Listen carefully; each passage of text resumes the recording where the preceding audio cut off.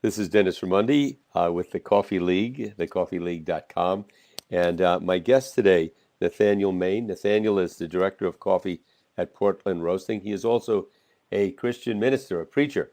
And so we're going to talk about coffee today, coffee culture, and also its relationship with certain churches. Fascinating area. Nathanael, thank you so very much for taking the time to come on with me today. Thank you for having me. Uh, let's start by you're obviously somebody that's extremely knowledgeable about coffee. You've been in the business for a long time. You're in what I would consider to be the epicenter of coffee and coffee culture in the United States, Portland, Oregon. And when did you first get involved with coffee, and how did you get involved? I used to work at Disneyland around the turn of the century in 2000, and just happened by circumstance to find myself behind an espresso machine at a cappuccino cart in front of Sleeping Beauty's castle Wow. in Disneyland. And I was making beverages for people, and right away I could see the relationship between the coffee that I was making and the connection that I had with the people that I was making the coffee for. And I have since learned that I was not, as I thought, making the greatest coffee drinks in the world at Disneyland. That notion was dispelled quickly as I moved into the rest of the coffee industry. But that was the beginning of seeing a connection between human beings and how coffee was able to facilitate that connection. Mm-hmm. So back in 2000, this is before what we would consider to be third wave, but there was specialty coffee. Starbucks was around. What was your next? What was your next sort of step up in terms of coffee quality? How did you find out about that? And were you working as a barista or roaster during that period of time after Disney? After Disney, I was working in Florida, and I would daily go to Starbucks with a friend. We would drink coffee and chat and plan our lives. And we were invited to do a pairing at that Starbucks by the assistant manager there, and we visited, and outside the front of the Starbucks, he had placed different food items and was connecting those with different coffees. And when we got to the Sumatra, he said Sumatra is known for being a very earthy and challenging coffee, and so I've paired it with these mushrooms that I'm sauteing here in front of you. So what I'd like you to do is taste the Sumatra and then put a mushroom in your mouth and then taste the Sumatra again. And when I did that, it was like scales fell from my eyes, and I saw color for the first time, and it was a huge vision into the tunnel in front of me of where coffee could be. And I had always viewed coffee as primarily a functional beverage that would help people wake up, that people gathered together for, but it was still mostly functional. But once I tasted that Sumatra paired with those mushrooms, I realized that there was a culinary aspect to coffee that I had never realized existed. And that was the moment in my life that I knew I was going to work in coffee for the rest of my life. And so Fascinating. Where did you go yeah, from there then? And did you continue to your? Starbucks. Yeah. So you worked at Starbucks. Immediately, yeah, I went to what I thought was the source of all good coffee on this earth, Uh-huh. and I started working for Starbucks as a store manager. And were you pairing coffee with food at that time? Are you also an amateur chef, or where did that go? No, I definitely did pursue that pairing because I wanted other people to have that experience that I had. I wanted other people to see what I had experienced. And so I was taking particularly natural coffees that have not had the fruit and the skin washed off of them. I put those together with berries and different fruits, and it was just really interesting to watch other people have that same eye-opening experience that I had had, and to find out that coffee was so much more than they thought it was. Well, so you went from Disneyland to Starbucks, and then where? To Pete's, Starbucks direct competitor, and spent a little time at Pete's as a barista, and then I moved on to a company called Java City. It was a local roaster based in Sacramento, California.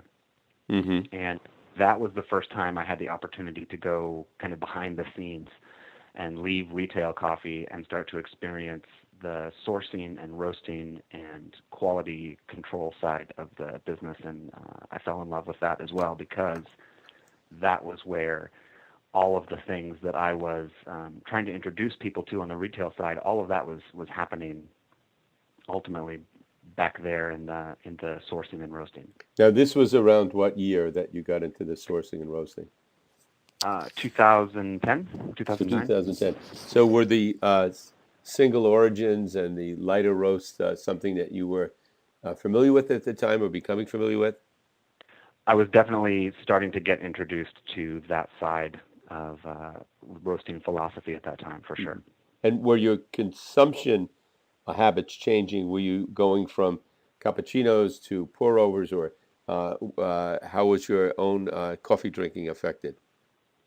I definitely was moving into more a more coffee professional style of drinking. Mm-hmm. I started out at Starbucks just unbelieving that they would give me unlimited free frappuccinos while I was working. And so I took huge advantage of that, and I probably affected our bottom line and our P&L quite a bit with how much I was drinking frappuccinos. But then, as I tired of frappuccinos, I moved into hot, sweet lattes and mochas and white mochas. Mm-hmm. And then as I tired of those, I moved on. And eventually, by the time I was working for Java City, I was drinking straight espresso and black coffee exclusively. Wow. And then I've noticed in my conversations with baristas and roasters is they're both artists. They're both, like, to me, fine chefs, but they often have different personalities. Do you consider yourself more of a barista or more of a roaster? Personality-wise, I definitely fall more on the barista side. Mm-hmm. I appreciate what roasters do, but it is a solipsistic type of work. Mm-hmm. You are alone with your machine, Mm-hmm. and I find that my life is much richer and fuller when I'm interacting with as many people as possible. Right. This brings us into the next area. You're also a minister, a Christian minister, preacher. I believe you have a congregation out in Portland, and I can see personality similarities between preachers that I have known and baristas, because they're there to comfort people, they're there to talk to people, they're there in every way. There's personality similarities. Would you agree with that? And then tell us about your getting into the ministry. Oh, absolutely, I would agree, and I would also add to that list of personality traits that there is definitely an evangelism portion to both of those careers. And if you are a very successful barista, you are successful because you are introducing people to new concepts in coffee that they might not have considered before, and you are making them. I guess you're proselytizing somewhat, because you're wanting them to come and drink your coffee and find out what it is that you have experienced and the joy that you're finding in that beverage, and get them to experience a similar joy. As far as getting into it, I was not formally trained in ministry, but there are a lot of very tiny churches around the country, and those tiny churches don't necessarily have the resources to be able to bring somebody in to minister full time. And so when I first got married, my wife and I would travel around the Bay Area to whatever little church needed help, and we would help them and then head back home. And eventually I had been doing that for so many years that when a mutual friend decided to leave his position at the church that we're at now, he gave me a call and asked if I would be interested in pursuing ministry on a more regular basis with an individual group, as opposed to kind of being a mercenary guy just out there all over the place. And I was interested. Is it a non-denominational church? Yeah, it is as primitive a church as it can be. We just try and do things the way that we think are right, and we don't really subscribe to any particular tradition or notion of how things should be done. Right. So what I learned recently, what I was told, is that a number of churches I don't know if this happens in Europe, but certainly in the United States, will open coffee shops because it's a good place, sort of away from a church, sort of, as I understand it, sort of a free, comfortable zone for people to go in to where you can form community, which is one of the great things about coffee, from my perspective, is the culture that goes around it. And I've seen this in different countries, but that the churches utilize this so that they have places where people can go. And I assume if somebody wants to, they can talk about spiritual matter, and that the people running these cafes are people associated with these churches. This is a new kind of phenomenon for me to even be familiar with. So if you could tell me a little bit more about that and how that works and how that's evolved or is evolving. Yeah, I think that it was initially a way for people to get their parishioners to come earlier, stay around longer, and a way to attract new people to come to the church. Mm-hmm. There are definitely, as you said, a lot of crossover between kind of the Christian leadership culture and barista culture as far as personality type. Mm-hmm. But what I also see, at least in the wholesale accounts that Portland Roasting has that are churches, there's a strong connection to, for Portland Roasting's side, the philanthropic work that we are doing at Origin. Mm-hmm. And coffee is grown in like the poorest parts of the world. There are very few wealthy countries with a large and booming middle class that are growing coffee at any scale. And so there are coffee companies that definitely want to be engaged at Origin and helping those farmers and the communities around those farms to thrive and grow. And that involves a lot of school building Mm-hmm. and various water projects and things that help that we take for granted here that people don't have necessarily in Central and South America in abundance. Didn't you But just that's come back really, from somewhere overseas? I did just come from Tanzania. Yeah. Was it coffee work, ministry, or both? Exclusively coffee. Mm-hmm. Yeah. And you find a lot of churches that are interested in that exact same thing. A lot of the places I'm buying coffee from are places that churches are sending missionaries to do home building and school building and a lot of the same things. And so not only does personality type dovetail, but then you also have the same kind of commitment to humanity in crisis and in need. In both of those arenas. And so a company like Portland Roasting that is very out front with their commitment to farming communities like that finds an easy in churches that are trying to build cafes who are also pursuing that same type of work. Wonderful. You know, it's interesting. Hannah Neuschwander, I was interviewing her. She's with World Coffee Research. She's the one that introduced me to this concept. And so shortly thereafter, a few days later, I'm in Iowa, where I live part of the year. And anytime I go anywhere, I always do a Google find for good third wave coffee and whatever. And there's a little town, Nathanael, Iowa, and they seem to have an incredible coffee shop. So I went to it. It's called the Hub, and it was fantastic. They had pour over, they had single origin, they had a messenger coffee from Kansas City, which I'm familiar with, and it turns out they were associated with a church nearby, and it was a wonderful space. Nobody was proselytizing or laying a trip on you, but if you wanted to talk about it, whatever you could, and the people running it were associated with the church. And I thought, what a great concept, because when I first heard about it, I assumed that these shops were at the churches themselves to serve people after services. But this was a totally separate place, and you didn't feel like you were walking into a religious environment or anybody was there to convince you of anything. But it was a very comfortable place to be, and I thought this is great, and it was great coffee. The Hub in Atumwa. Is this commonly done? Yeah, I would even out here on the West Coast, which is maybe a less churched area than the Midwest and the South. There are a lot of coffee companies whose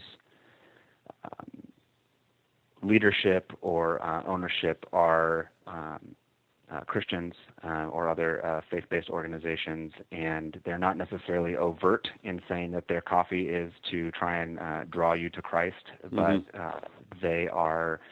they're seeing coffee as a vehicle by which to do the work that they want to do. I mean, Portland Roasting's owner, Mark Stell, was drawn to coffee as a means of helping out people who were less fortunate in countries around the world, and he saw coffee as the best means to do that and also run a successful business.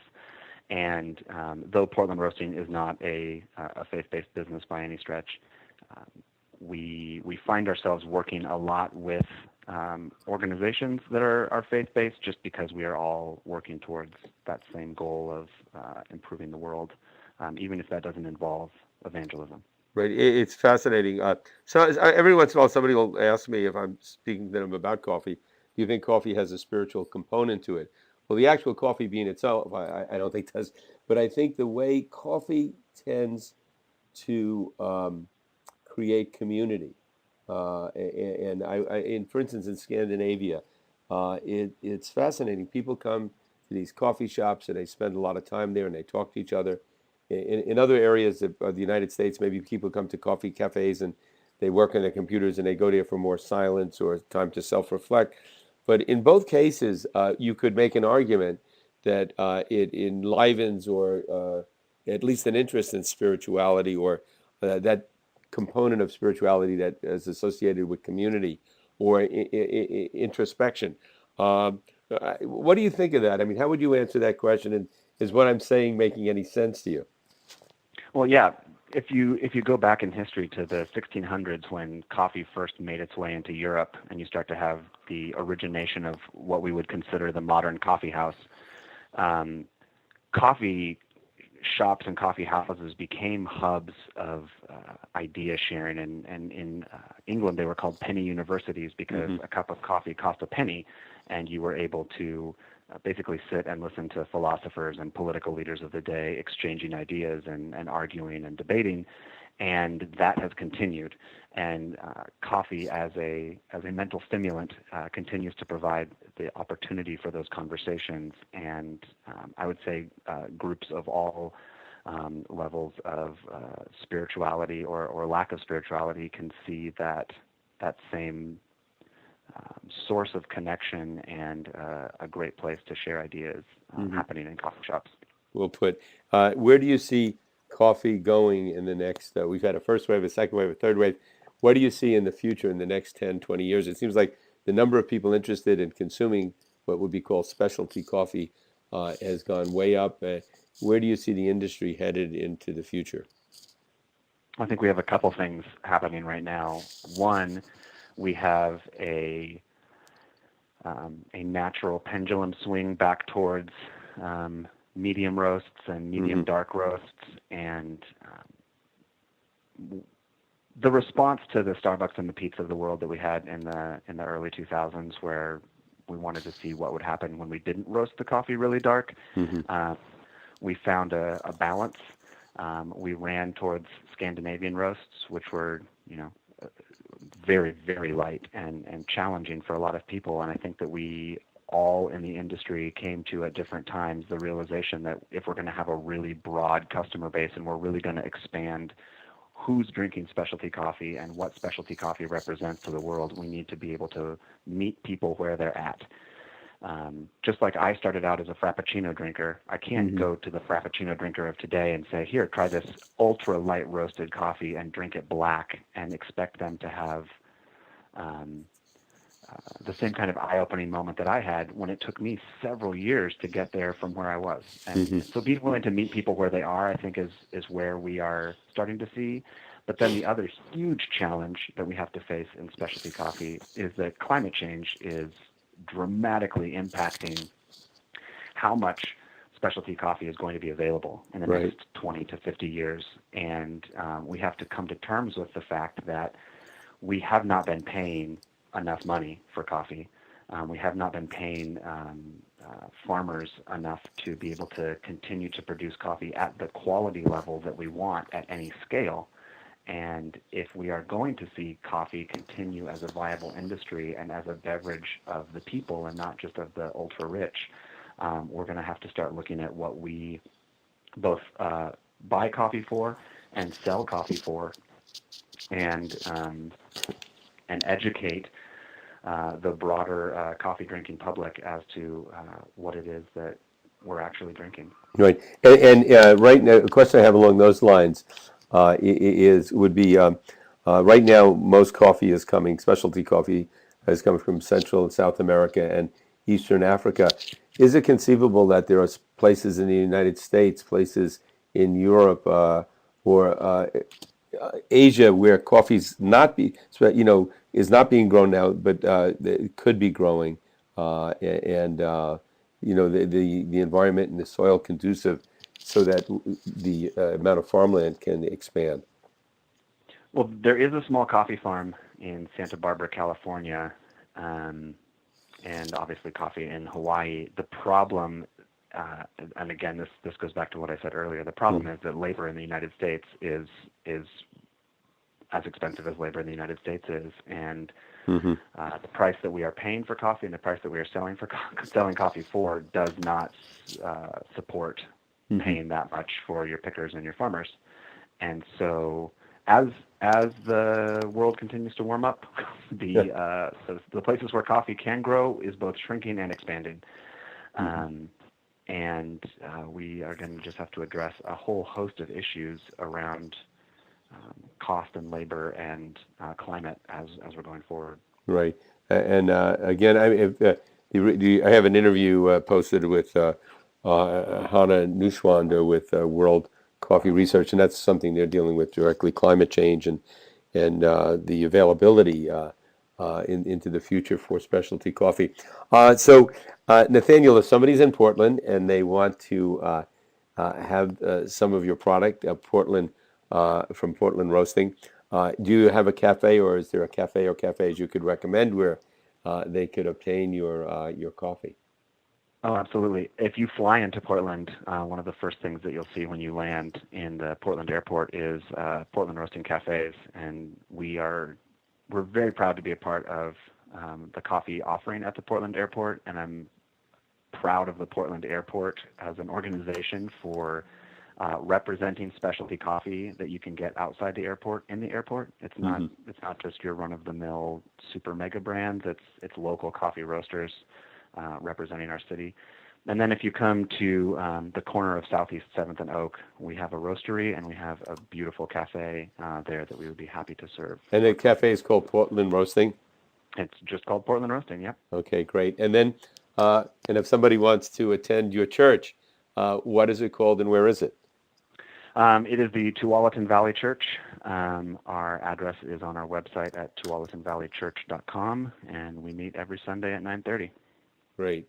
Well, thank you so very much for coming on today, and it's fascinating, and so many angles, so many different aspects of coffee and coffee culture, and we here at thecoffeeleague.com will try to cover as many of those areas as we can, and again, thank you for taking the time to come on today. Thank you.